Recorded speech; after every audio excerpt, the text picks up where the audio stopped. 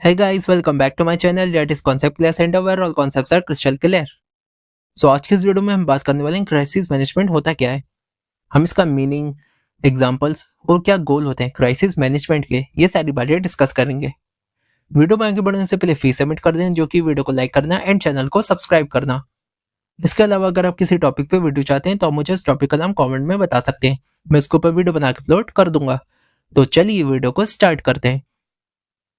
Crisis management meaning, crisis management नाम से ही पता चल रहा है कोई सी आपदा आएगी, क्राइसिस आएगी, उसको हम कैसे मैनेज करेंगे। ओके, ये एक प्रक्रिया होती है, प्रोसेस होता है जिसमें हम अपने आप को तैयार रखते हैं।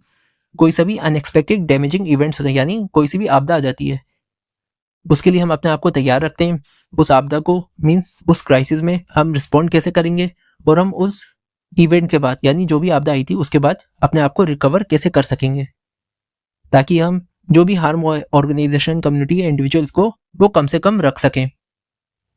अब इसमें जो चीज़ें इंक्लूड होती हैं उसमें हमें पहले से आइडेंटिफाई करना होता है कि क्या पोटेंशियल थ्रेट्स आ सकते हैं। ओके, साथ ही साथ हमें कंटीजेंसी प्लान्स को क्रिएट करना होता है, जो रिस्क है उसको मिटिगेट करना होता है, यानी जो भी आपदा आएगी उसके हार्म को कम से कम रखना होता है।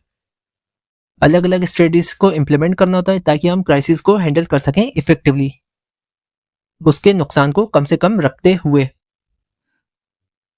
नेक्स्ट हम क्राइसिस मैनेजमेंट के कुछ एग्जांपल्स देखते हैं। फर्स्ट, अगर नेचुरल डिजास्टर आ जाए तो हम क्या करेंगे।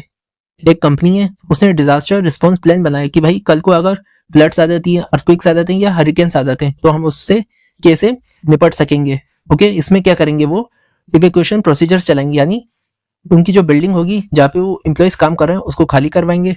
वो इंश्योर करेंगे जो बिजनेस है वो चलता रहे। ओके, बैकअप सिस्टम के साथ, यानी कम से कम जो मिनिमम इफिशियंसी या मिनिमम वर्किंग होती है आपके बिजनेस की, वो डिजास्टर के टाइम पे भी कंटिन्यू रहे, क्योंकि अगर बिजनेस बिल्कुल ही ठप पड़ जाएगा तो आप तो बर्बाद हो जाएंगे, है ना। और जो ये क्राइसिस मैनेजमेंट है ये हम बिजनेस के पॉइंट ऑफ व्यू से भी देखेंगे। ओके, सेकंड एग्जांपल हम देखते हैं कॉर्पोरेट स्कैंडल्स का। मान लो आपकी कंपनी के अंदर किसी एम्प्लॉय ने कोई ऐसी हरकत कर दी जिससे आपकी जो कंपनी की इमेज थी वो डाउन हो गई, तो आप क्या करेंगे। सबसे पहले तो आप पब्लिक से एपोलॉजी करेंगे। ओके, इशू करेंगे पब्लिक एपोलॉजी। सेकंड, आप क्या करेंगे, आप एक इंटरनल इन्वेस्टिगेशन बिठाएंगे कि देखेंगे भाई ये हुआ क्या है, किस शख्स ने हमारी कंपनी का जो रेपुटेशन है वो डाउन करी है। इसके अलावा आप गाइडलाइंस बनाएंगे जिससे आप पब्लिक का जो ट्रस्ट है वो वापस से रिगेन कर सकें, लोगों का भरोसा है आपकी कंपनी में दोबारा से। नेक्स्ट हम देखते हैं साइबर सिक्योरिटी ब्रीचेस।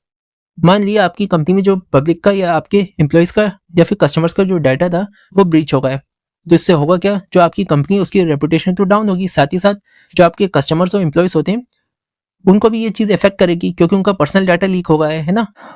तो इसके लिए आप क्या करेंगे, जो भी सिक्योरिटी प्रोटोकॉल्स होते हैं उन्हें आप और बढ़ाएंगे। ओके, और स्ट्रॉन्ग करेंगे ताकि फ्यूचर में कोई ऐसी गलती दोबारा ना हो।